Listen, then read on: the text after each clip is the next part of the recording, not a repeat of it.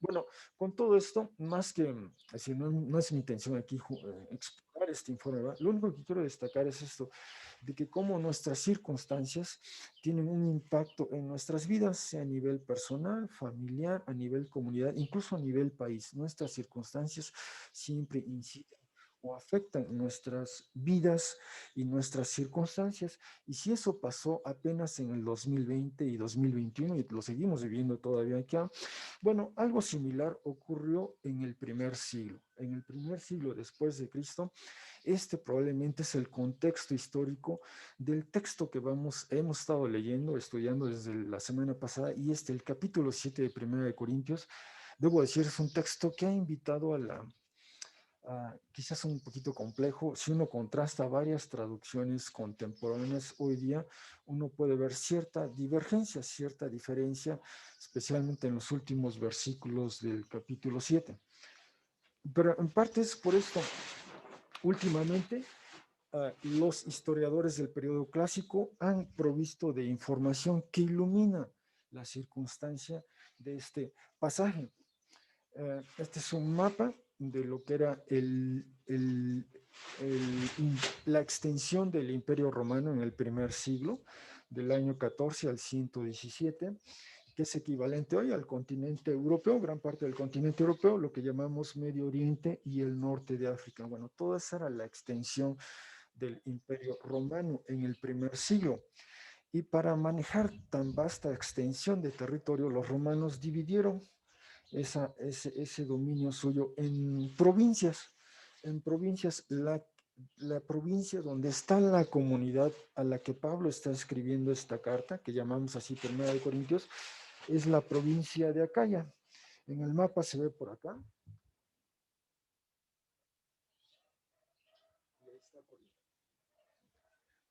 Bueno, quizá los que tienen la imagen en la pantalla lo aprecian mejor, pero esa es la zona. Allí está esa comunidad a la que Pablo está escribiendo o con la que Pablo está conversando, si se quiere, con esta carta. Y en esa provincia, en esa zona del mundo, um, bueno, quiero decir, antes de quien gobernó, en el tiempo que Pablo está escribiendo, si fue en el año 54, en el año 55, pudo haber sido Claudio, pudo haber sido Nerón, el emperador en turno, y en la carta, en el texto mismo, vemos cierta evidencia de cuáles eran las circunstancias que nos ayudarán a entender mejor este texto. ¿Por qué Pablo escribe estas cosas en capítulo 7?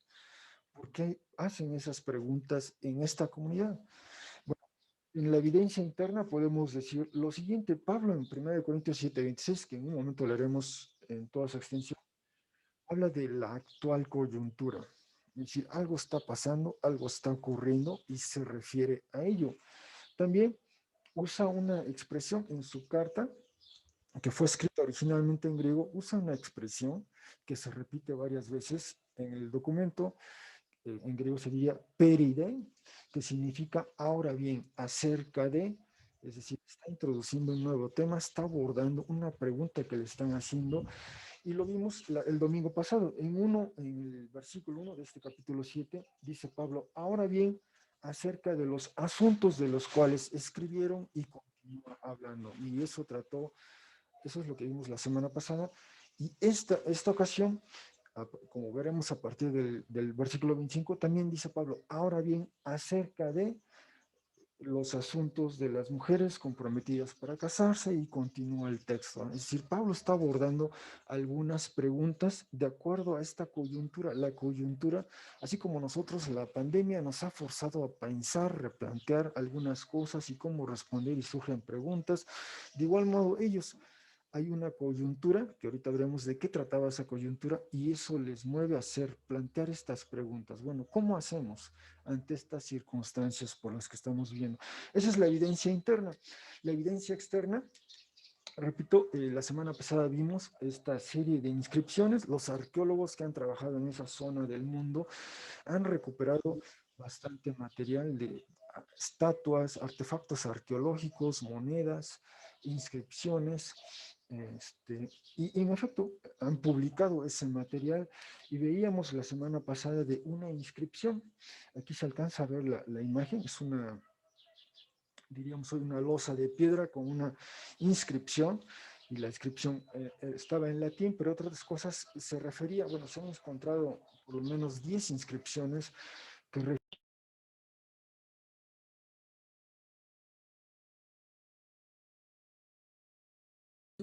curador de la provisión del grano.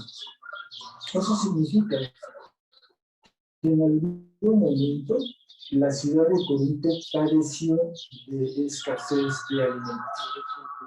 Y entonces esa función del curador de la provisión del grano era un ciudadano importante, un ciudadano con recursos, sin recursos, que vio la manera de cómo suplir esa necesidad apremiante en la ciudad de Corinto.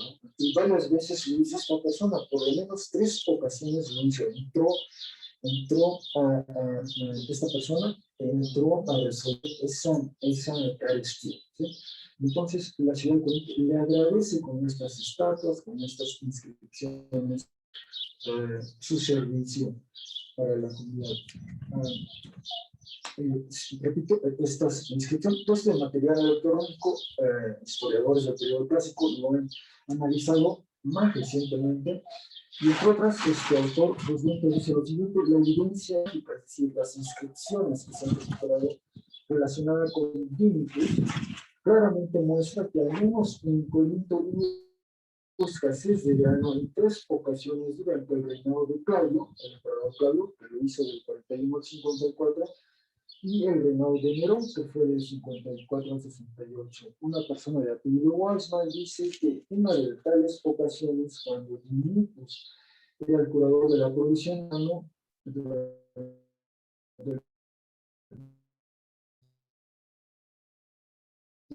consulado de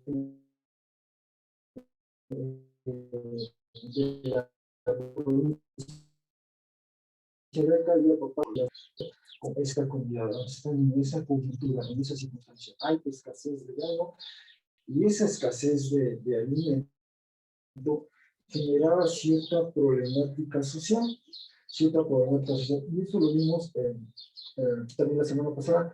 Además, todas estas provincias, especialmente de esa zona del mundo, además de consumir, además del grano que necesitaban ellos mismos, también tenían que aportar, digamos, su cuota para la ciudad de Roma, para la capital del imperio. La capital también exigía, porque no era autosuficiente, exigía, demandaba grano de todas estas provincias, que son la Acaya de la de Egipto, y cuando había escasez en Acaya o en Egipto, pues, desde luego esa escasez también la resentía la capital del imperio, y había problemas sociales, algunos de los cuales, por ejemplo, el historiador Suetonio, hablando de una biografía del emperador Claudio, dice que este emperador Claudio cuidó siempre de Roma y de su abastecimiento con mayor solicitud.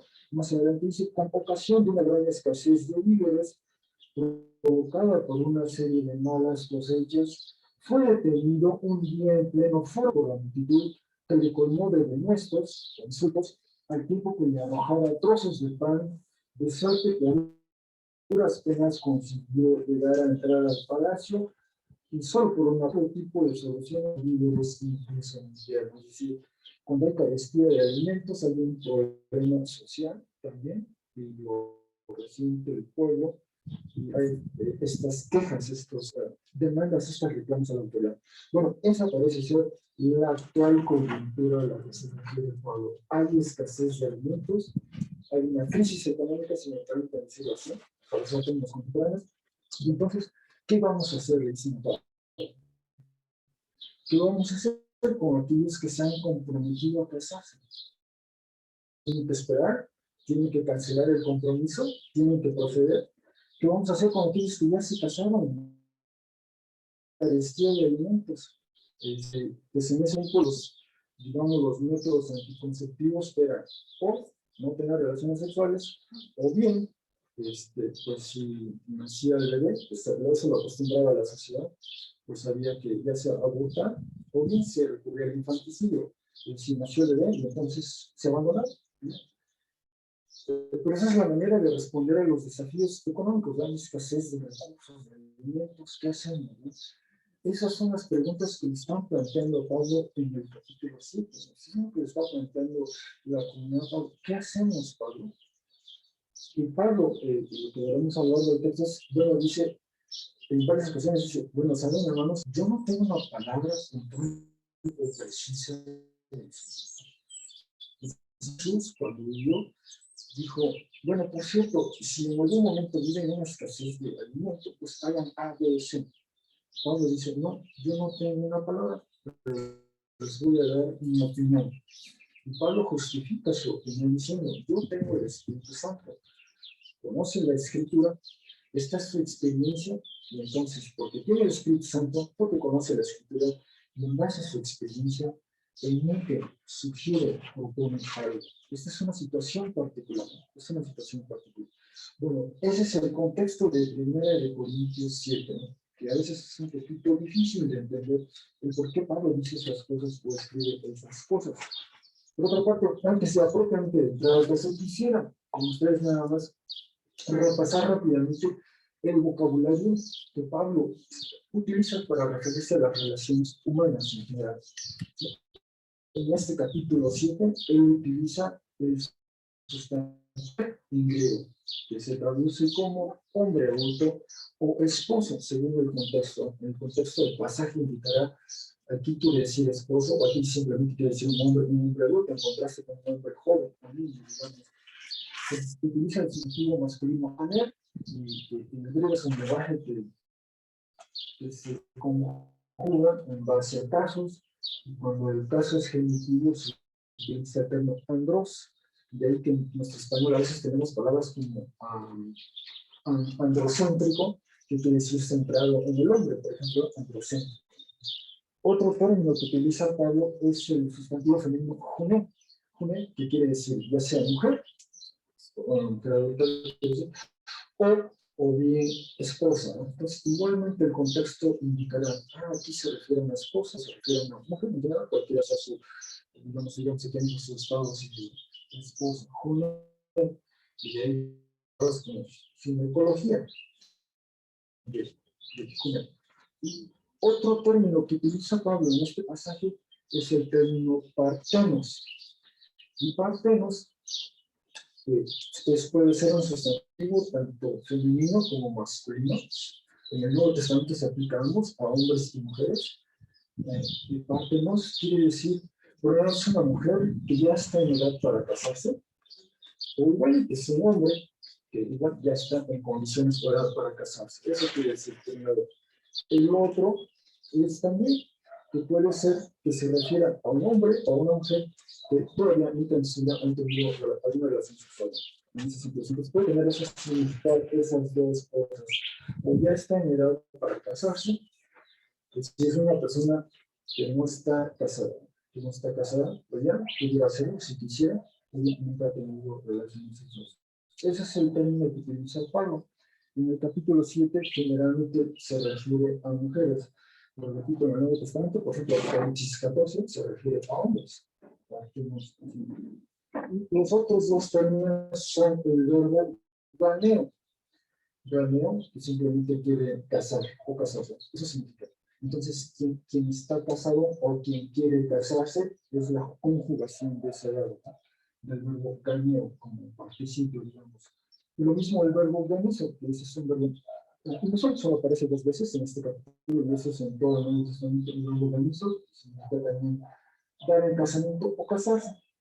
Bueno, este es el lenguaje que está utilizando Pablo. Aner, hijo de hombre, mujer, esposo, esposa. Ambos pueden ser partenos, ¿sí? Y ambos pueden casarse o estar casados, ¿no? Ambos pueden conjugar esos verbos, ganeo o ganizo, cualquiera de los dos.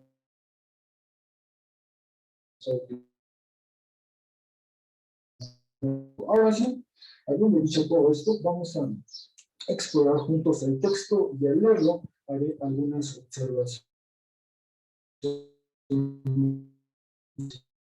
Entonces, siempre, versículos del 25 al 40, la segunda parte del capítulo 7. Así que vamos a comenzar el primer punto. ¿Está comprometido para casarse? quienes no se han comprometido para casarse. Tiene un mensaje para ambos grupos de personas en la comunidad. Y comenzando la segunda sección de estas preguntas que le hacen. Ahora bien, dice, acerca de los asuntos de las mujeres comprometidas para casarse. Que ya se han comprometido para casarse. Se parece un poco a nuestra circunstancia aquí. Hay dos parejas que se han comprometido.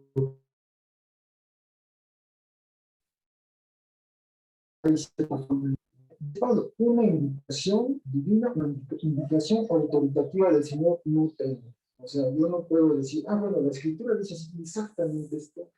No, no hay, dice Pablo. Pero, dice Pablo, un punto de vista o una opinión de él, ¿cómo justifica Pablo esto? Dice, bueno, tal como aquí se le ha mostrado misericordia por parte del Señor. La consecuencia de misericordia que se le ha mostrado es obviamente Pablo, camino además con tiene este encuentro con el Señor, hay un viraje en su vida y comienza un nuevo andar de Pablo el Señor. Y base a esa experiencia que había ese encuentro con el Señor, esa misericordia que nos le ha hecho a él una persona digna de confianza, y en base a eso dice Pablo, en mi testamento. Y decía yo, habrá momentos en nuestra vida, en nuestras circunstancias, donde si buscamos un poco de luz sobre este problema, esta circunstancia en particular, y no la hay, bueno, lo importante es eso, recordar este encuentro con el Señor, tenemos el Espíritu, conocemos la Escritura nos informará, y también nuestra experiencia, y todo ello podrá marcar una pauta para responder a ese desafío. 7:26, sugiero esto, útil, recomendables, proseguir con lo que ya existe. Debido a la actual coyuntura, es cierto, pues vamos a seguir con los planos, con lo que ya se ha establecido, con lo que ya nos acordamos de la vida. Esto es recomendable al ser humano, proceder de esa manera. Y por lo tanto, si este es el criterio general, recomendar seguir principalmente, o sea, al margen de esta coyuntura, entonces, ¿cómo se aplica eso? Bueno, entonces estás vinculado, realmente dice así en griego, de hecho el verbo que utiliza Pablo es estás amarrado, estás atado, estás vinculado o comprometido a una mujer para casarte, si como diríamos aquí, ya te diste la mano, no busques.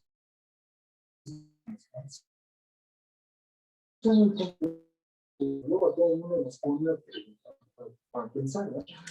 ¿Cómo lo vamos a hacer? Para pues, todos los gastos que se designan, todo lo que implica, ¿no? Dar ese paso, dice, mantén ese compromiso. Si ya lo hiciste, sosténlo, continúa con él, no hay que disolver, no hay que deshacer. Eso es lo primero que dice Pablo. Por otra parte, dice, estás libre, eres soltero, como decimos, o soltera, y se dice, ¿no? Y sin compromiso. En estas circunstancias, pues no te comprometas ahorita para espera que pase quizá la circunstancia. No busques una mujer por esposa. Pero dice Pablo, si te casaras, no cometes algo malo, no pecas, no hierras. Si hiciste este compromiso, si tienes el compromiso y lo llevas a cabo, está bien, dice Pablo. Está bien. Eso no es malo. Por alguna razón, la comunidad allá en Corinto quizá tenía esta idea de que si procedían esas circunstancias no iba a ser algo bueno, incluso iba a ser algo malo, pecaminoso. Si proceden, si siguen el curso de lo que habían planeado, llévenlo a cabo y eso está bien. Y si se casara la mujer comprometida, pues ya no falta. Y no pasa nada. Es decir, vemos otra vez esta característica que vemos a lo largo del capítulo 7, esa reciprocidad. Hombre y mujer, ambos participan en la decisión, ambos asumen la decisión, ambos llevan a cabo Si te casaras, le habla al hombre, si te casaras, si se casara la mujer, le habla a la mujer. Están bien. Si hicieron un compromiso para casarse antes de la crisis y se vino la crisis, pues sostengan el compromiso y continúan con sus planes y llegan a esa familia. Eso es lo que Pablo está diciendo. Y desde luego, Pablo apela implícitamente a su experiencia, ¿no? De alguna manera sabe que el Señor, el que ha recibido misericordia como dijo, así mostrará también eso a esta pareja, en medio de estas circunstancias. Y probablemente ha sido el caso, ¿no? Yo creo que algunos, a lo largo del 2020, a lo mejor sí tuvieron que reaccionar ante esta situación, ¿no? Bueno, este es el criterio que Pablo está diciendo. Ahora, Pablo también le da un toque de realismo, una dosis de realismo a esta circunstancia. Dice, no obstante, una presión, una dificultad, debido a las demandas de la naturaleza, también tendrán los tales hijos que se casan, los que hacen el complejo, pues sí, habrá algún desafío. Pablo admite eso, reconoce eso. Pablo diría, yo deseo orarles, soltarles eso. Si ustedes, por ejemplo, para que estén solteros sin compromiso, pues esperen. Voy a continuar. Bueno, eso es lo que Pablo está planteando al inicio de esta segunda parte. Este tipo no dice, yo esto yo sugiero, esto yo recomiendo. Así que, para resumir estas observaciones, Pablo continúa abordando preguntas o planteamientos que le ha hecho la comunidad de fe en Corinto, pero nuevamente admite que no tiene indicación puntual o precisa por parte del Señor, así que se basa en la guía del Espíritu, como dice al final de este pasaje, en su conocimiento de la Escritura, como lo dice lo dice el año pasado, está buscando Génesis 1, Génesis 2, y por de su propia experiencia, cuando dijo en 7:7 y más adelante, como lo dice el mismo. Pablo ofrece una opinión o punto de vista. Pablo insiste que ante la actual cultura las cosas siguen su curso. Hubo compromiso que se asumió, que ese compromiso continúe y se lleve a cabo, se concrete, se materialice. Pero si en la cultura está sin compromiso, pues manténgase, espera a que pase eso, dice Pablo. Lo importante también es subrayar ese carácter recíproco en la iniciación. Pablo habla tanto al hombre como a la mujer. Ambos asumieron el compromiso, ambos deben sostenerlo, ambos deben dar ese paso. Hay esa reciprocidad, esa simetría. Eso se da a lo largo del capítulo 7. Nadie tiene que imponerles, dice Pablo, esa decisión. Bueno, ese es el primer punto. Y ya vimos esa coyuntura, esta primera respuesta a aquellos que han asumido un compromiso. Y ahora viene este segundo punto. Pablo introduce en la conversación este elemento del porvenir. Dice en este texto, del 7:29 al 7:31. Ahora bien, esto digo, hermanos y hermanas, utiliza este verbo abreviado o acortado. Es. De aquí evocamos, digamos, esta lectura que él hace para nosotros de Eclesiastés capítulo 3. Todo tiene su tiempo. Son los eventos que ocurren alrededor de la vida del ser humano. Y luego en la segunda parte de Eclesiastés 3, especialmente en el versículo 11, 3:11, vemos la perspectiva divina. Vistos esos eventos humanos a la luz de la eternidad de Dios, digamos, pues son eventos, sí, precisos, puntuales, significativos para nosotros, pero vistos en el marco de la eternidad divina. También vemos que son eventos finitos, y eso es lo que Pablo trae a colación. Primero, además de la resurrección de Jesús, de la cual hablará con la abundancia en el penúltimo capítulo de la segunda, capítulo 15. Así que, puesto que tenemos este horizonte de tiempo que se está cortando, porque Dios está haciendo algo, Dios está llevando a cabo algo, ya empezó, ya anticipó eso con la resurrección de Jesús, ya está Dios haciendo algo en esta resurrección. Entonces todos estos eventos como el matrimonio, los eventos de nuestra felicidad o de tristeza, que cualquiera sean las fuentes de ello, tenemos algo Bueno, todo eso tiene en última instancia un carácter temporal, dice Pablo. Es decir, el casarnos o el no casarnos no es la guía. Un día vivir tristezas o en un día buscar la felicidad no es el todo en la vida. El tener posesiones, el acumular posesiones, no es el todo en la vida, dice Pablo. Todo eso tiene un carácter temporal. Eso va a pasar. Concluye Pablo diciendo, ya que desaparece o se desvanece la forma o apariencia de este mundo. Este tiempo que nos ha tocado vivir está pasando y dará paso a una nueva realidad. Esto es algo que enseña todo el Nuevo Testamento. Algo se avecina, algo viene y Jesús anticipó eso con su resurrección misma. Viene un nuevo mundo, un nuevo orden de cosas donde todo lo que hoy conocemos será trascendido. Uh, y por eso Pablo dice, así que quienes tienen en pos, es decir, quienes están casados como si no estuviesen casados, ¿no?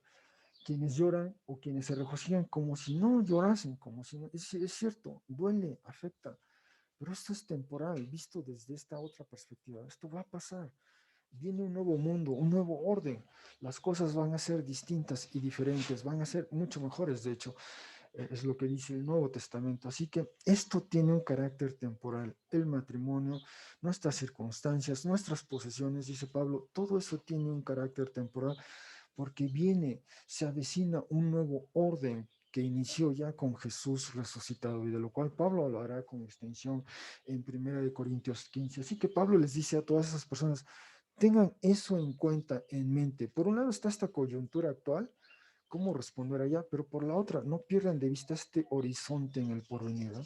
Este estado de cosas, este orden va a pasar, va a ser trascendido, va a ser renovado, va a ser transformado. Eso es lo que Pablo les dice en esta segunda parte del pasaje. Y por cierto, un contemporáneo de Pablo, que se llamó Filón, que fue originario de Alejandría en Egipto, un contemporáneo de él, en una de sus obras, que se llamó Sobre la indestructibilidad del mundo, resumía cuáles eran las perspectivas de la época sobre este porvenir. Dice Filón en su obra Sobre la indestructibilidad del mundo, en el párrafo 7 o versículo 7. Dice, tres son los puntos de vista respecto de nuestro problema. ¿Cuál era el problema? Si el mundo va a ser destruido o no. Eso era lo que estaba él explorando. Y dice lo siguiente, el de los que afirman que el mundo es eterno, increado e imperecedero. Esa era una postura. Dice, siempre ha existido el mundo, siempre va a existir, nunca se va a ser destruido. No sé si hoy día alguien sostenga eso hoy día, pero ya, por ejemplo, esa es una postura. La otra decía, eh, el de quienes por el contrario sostienen que el mundo fue creado o es creado y es destructible. Y probablemente esa muestra mayor afinidad con algunas teorías científicas hoy día. El mundo tuvo un origen, la teoría del Big Bang, y hay algunos científicos que afirman que tiende a colapsar, a destruirse. Hay algunos científicos que sostienen esa teoría hoy día, ¿no? Pero en el primer siglo había unos que sostenían eso. El mundo fue creado y va a ser destruido, todo va a acabar. Entonces esa perspectiva pesimista, lúgubre, ¿verdad? Todo un día se va a acabar y dejará de existir. O bien, dice, y la tercera opción dice, el de los que sacando algo de uno y de otro, de esas dos posturas, de estos últimos, el que ha sido creado, y de los primeros, la indestructibilidad, nos han legado una opinión mixta, juzgando que el mundo es creado e indestructible. Y parece ser que esa era la postura de este autor Filón de Alejandría. Y en el Nuevo Testamento, bueno, en el texto bíblico, en la gran narrativa, en efecto, cielos y tierra fueron creados y un día van a ser renovados o transformados, reivindicados, digamos, ¿no? Entonces, esa última postura tiene afinidad con el texto bíblico. Pero quiero decir, ese es un autor, un judío como Pablo, contemporáneo como Pablo, pero no era cristiano. Pero él simplemente resume esas tres posibilidades que había en el entorno, ¿no? Esas tres perspectivas del porvenir, digamos. Así que en esta sección, además de la actual coyuntura, es decir, la recurrencia de escasez de alimentos, de la que deviene cierta inestabilidad o disrupción social, En Corinto, Pablo introduce un nuevo elemento en la conversación, el horizonte del porvenir en el tiempo. Técnicamente eso es lo que en teología se llama la escatología, ¿eh? El horizonte escatológico. Bueno, que desde una perspectiva de la fe en Jesús apunta a la renovación o transformación de todas las cosas. Y cuando lleguemos Dios mediante a 1 Corintios 15, ahí veremos en extensión ese tema extraordinario. Por lo tanto, Pablo invita a sus lectores a repensar nuestras actuales circunstancias a la luz de estar por venir, el matrimonio o la soltería, nuestras alegrías o tristezas, nuestras posesiones, todo lo cual tiene un carácter temporal ante ese porvenir. Ese es otro elemento en las decisiones, dice Pablo. Hay que tomar en cuenta eso. Bien, continuamos con nuestro tercer punto. La transición de persona soltera a casada tiene algunas implicaciones, dice Pablo, especialmente para aquellos que tienen fe en Jesús. La transición de un estado a otro va a tener algunas implicaciones. Consideren eso, dice Pablo, en sus decisiones, ¿no? Y lo dice de esta manera, ¿no? Usa estas expresiones. 7:32. Pero deseo que ustedes, libres de cuidado o despreocupados, sean. Dice, el hombre soltero o el hombre no casado está pendiente por los asuntos del Señor, es decir, cómo complacer al Señor. Pero el hombre que está casado está pendiente por los asuntos del cosmos, dice así Pablo, del mundo. Es decir, cómo complacer a la esposa y por lo tanto se encuentra literalmente repartido, distribuido, ¿no? Sus intereses están divididos, ¿no? El compromiso con el matrimonio y el compromiso con el Señor se ha dividido. Y lo mismo dice, de igual modo la mujer, repito, es recíproco, Pablo, ¿verdad? Lo mismo le pasa al hombre y lo mismo ocurre con la mujer. De igual modo, la mujer soltera y la mujer en edad nubil, en edad para casarse, está pendiente por los asuntos del Señor, de modo que sea santa incluso en el cuerpo y por el espíritu. Y quizá aquí hay un eco de lo que vimos en capítulos previos. Recuerden, Pablo dice que nuestro cuerpo es ahora un templo móvil del Espíritu Santo y que todos, toda la comunidad a su vez son un templo de Dios y el Espíritu mora en nosotros, ¿no? Por lo tanto, decía, nosotros somos las extremidades del Mesías, por un lado, y nuestro cuerpo es ese templo del Espíritu. Bueno, hay un eco de eso que ha dicho Pablo anteriormente, pero se dan cuenta, es recíproco, tanto hombre como mujer, solteros pueden dedicar, tener esa mayor devoción a los asuntos del Señor.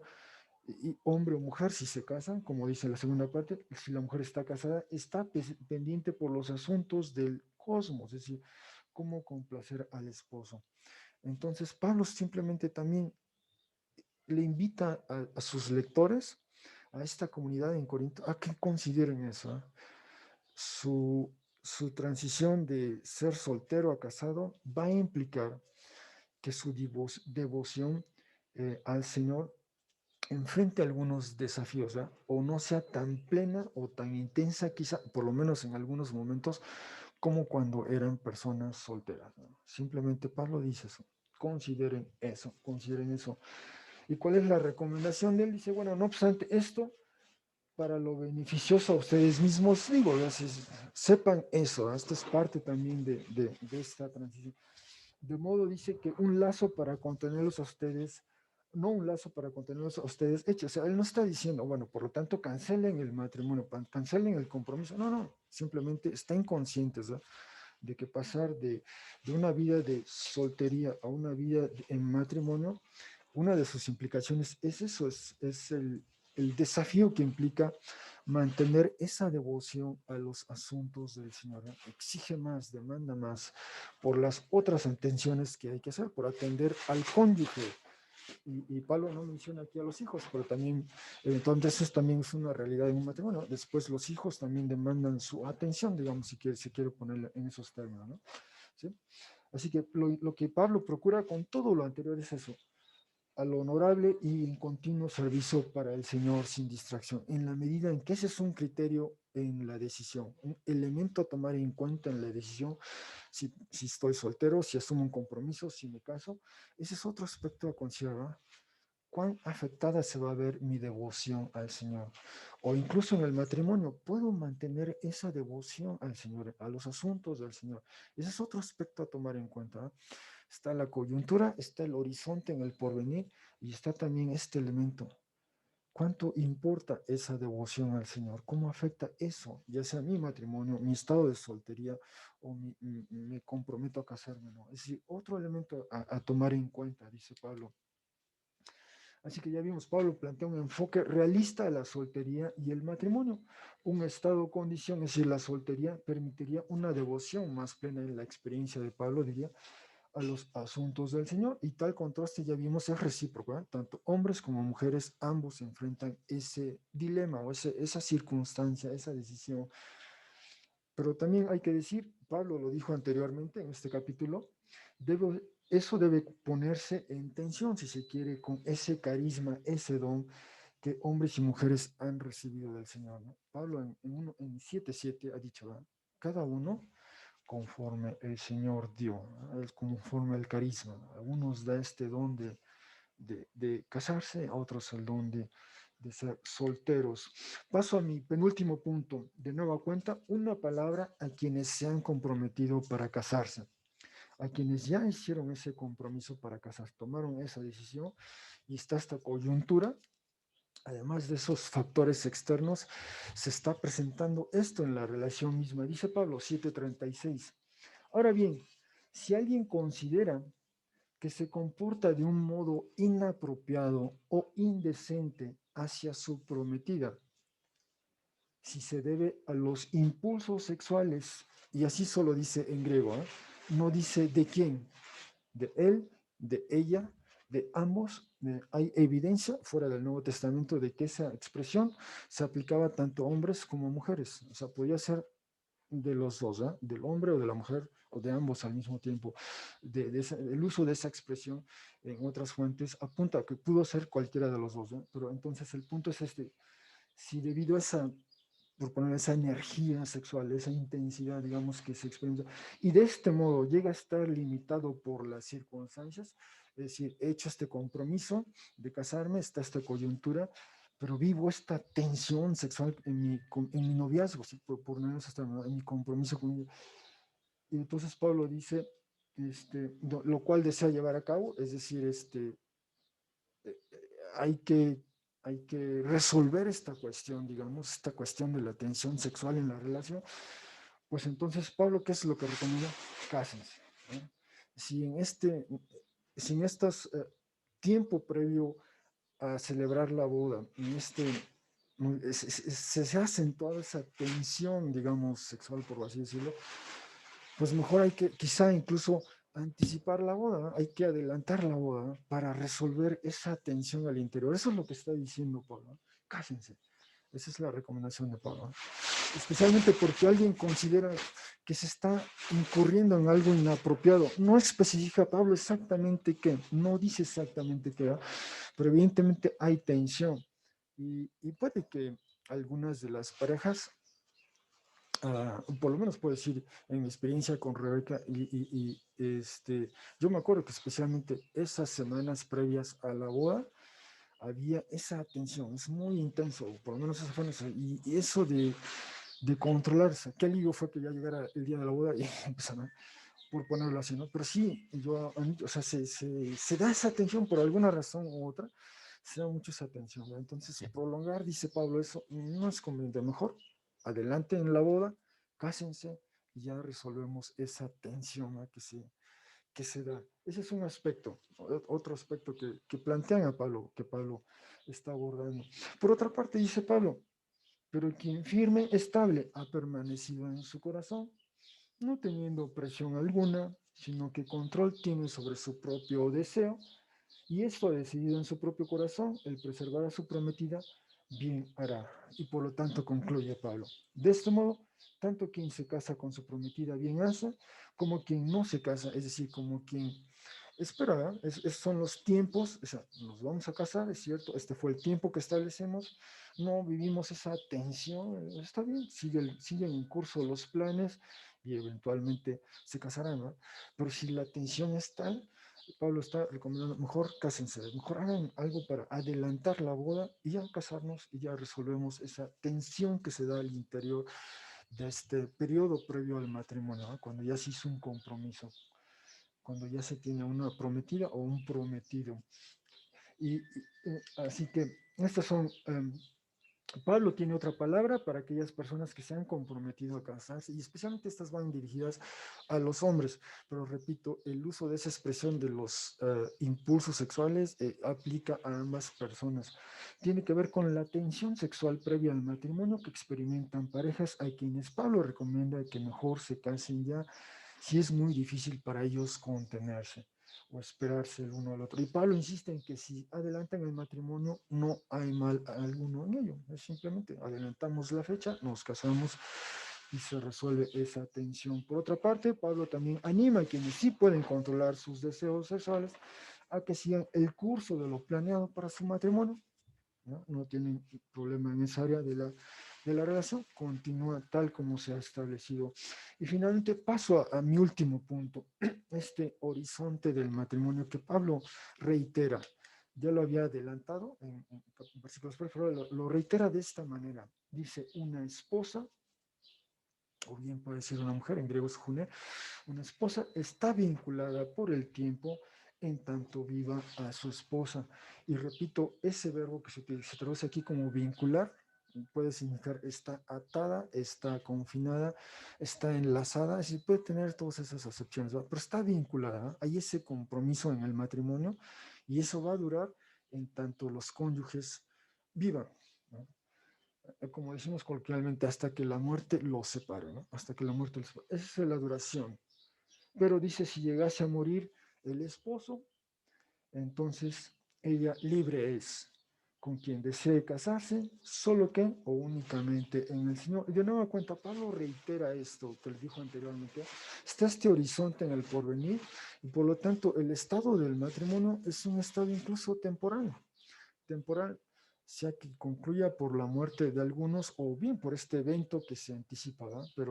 Pero si Pablo requiere reiterar eso, el matrimonio es una situación, una condición temporal, dice Pablo. Y de nueva cuenta, bien ese elemento personal suyo.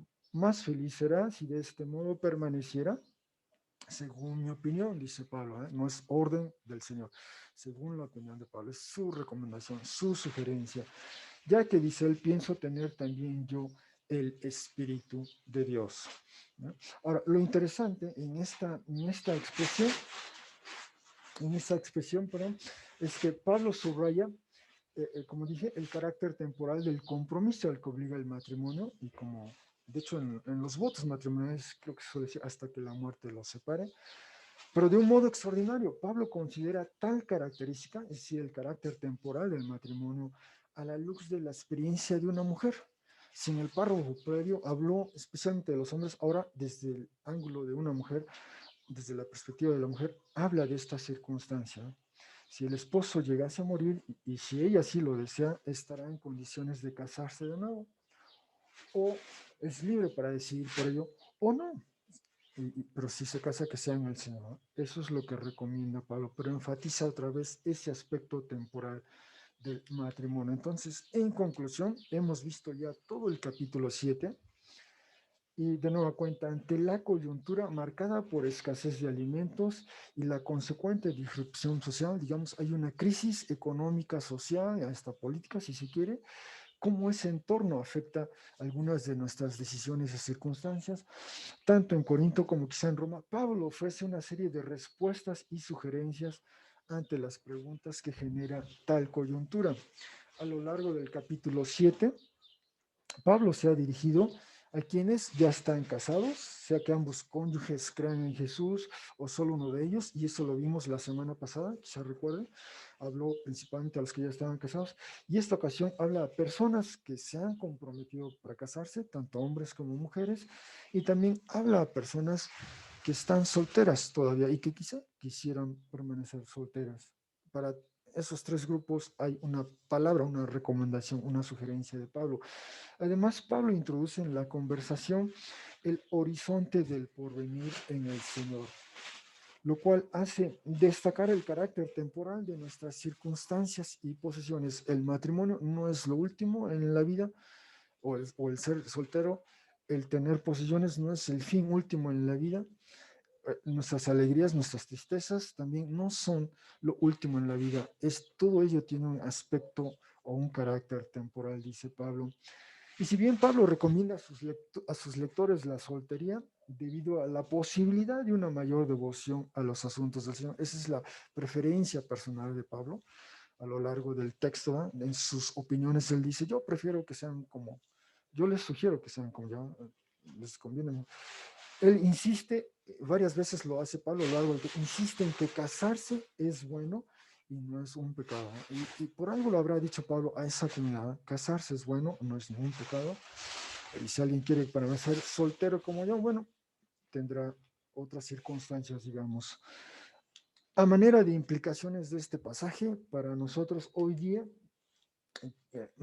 quisiera insistir en este primer punto, cuando no tuvo Pablo una indicación puntual del Señor a manera de respuesta a una pregunta o planteamiento que le hizo la iglesia de Corinto, es decir, entonces él confió en que tenía el Espíritu, en su conocimiento de la Escritura y en su propia experiencia. Y en base a eso, Pablo se aventura, sugiere, propone, recomienda algo. Cuando no tiene un texto que citar en el texto bíblico, bueno, él se sabe que es poseído por el Espíritu, su conocimiento de la Escritura, su experiencia. La pregunta es, ¿podríamos seguir tal ejemplo apostólico ante las preguntas o desafíos que nos presenta nuestro entorno cultural hoy día y para los que a veces no tenemos una respuesta puntual en la Escritura? ¿No? Cómo proceder, cómo responder ante ello. Quizá que hay un modelo, el modelo apostólico. Por otra parte, casados, solteros con compromiso, solteros sin compromiso. Todos tenemos un llamado general, ser santos, como yo soy santos, dice Pablo, y un llamado especial del Señor, una vocación puntual, específica, y para lo cual nos da ciertos dones. Bueno, ¿cómo procuramos con todo ello en nuestras circunstancias? Repito, casados, solteros con compromiso, solteros sin compromiso. ¿Cómo procuramos mantener nuestra devoción a los asuntos del Señor? ¿No? Ese es otro aspecto que debe estar presente en nuestras decisiones, cualquiera sean nuestras circunstancias. Y finalmente, el matrimonio o la soltería. Ambos tienen un carácter temporal. ¿Cómo nos ayuda ello al contemplar tal posibilidad en el Señor? Es decir, si vislumbramos el matrimonio, saber que es temporal. Si vislumbramos la soltería, saber que es temporal. ¿Cómo nos ayuda eso a sobrellevar tal circunstancia? Bien, con ello concluimos nuestra exposición de 1 Corintios 7. Haremos una pausa por los próximos 2 domingos y en el tercer domingo, Dios mediante, reanudaremos con el capítulo 8 de Corintios.